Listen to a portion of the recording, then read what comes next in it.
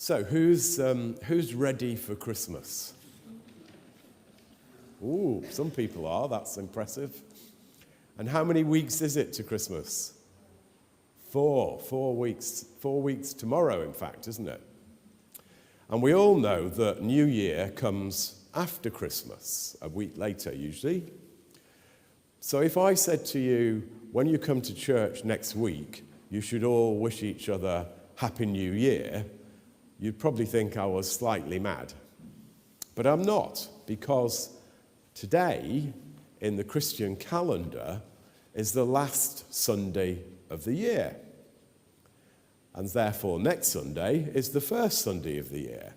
And it's, of course, the start of Advent, when we look forward to the coming of Jesus, at that first occasion, at that first Christmas, but to his coming again.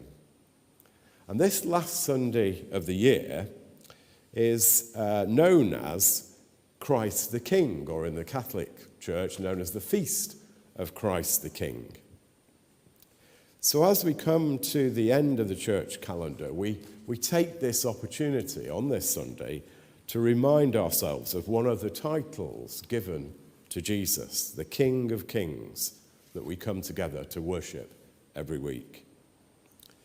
The readings that we will hear later will pick up on this theme, but first of all, I want to tell you a short story about a king that helps us understand what sort of king Jesus is, and also what he wants from us as his people.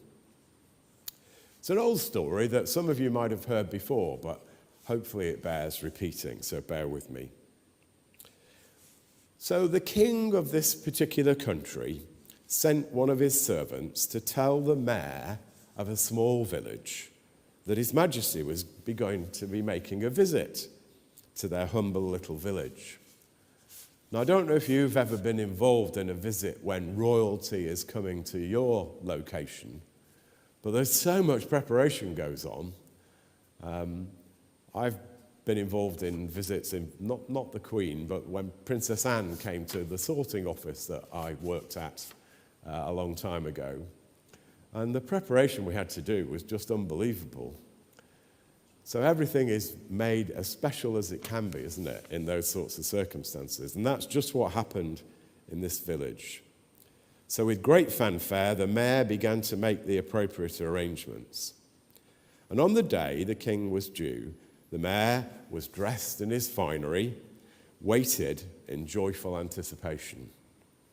He'd made sure that the village was clean and tidy. He'd put banners up to welcome the king and persuaded all of the people in the village to come out and greet the king. The time slowly ticked away, but no one ventured into the village. No one, that is, except a lonely, lame beggar who asked the mayor for a drink because the day was warm and he was very thirsty. The mayor was quite grumpy, and he brushed the man aside. He'd no time for beggars such as this, for he was waiting for the king. Yet at the end of the day, the mayor stood alone. The king had never arrived, and all the people had gone home. Furiously, he wrote to the king's servant asking what had gone wrong. And when the letter finally arrived from the palace, the mayor was shocked to be told that the king had indeed passed through the village that day. The servant's letter explained that the king had come in the disguise of a lonely beggar. What this story and the passage that we're going to hear later tells us is that Jesus has the potential to be in everyone. And there will be those who say, but if only we had known it was you, we would have responded. That's precisely the point. If the Bethlehem innkeeper had known that Mary was expecting to give birth to the long-awaited Messiah any moment, no doubt he would have made his best room available. As followers of Jesus, we're encouraged to be kind to others, whoever they are, in whatever their circumstances are. For Jesus is a king with a difference. And we also know him as the servant king.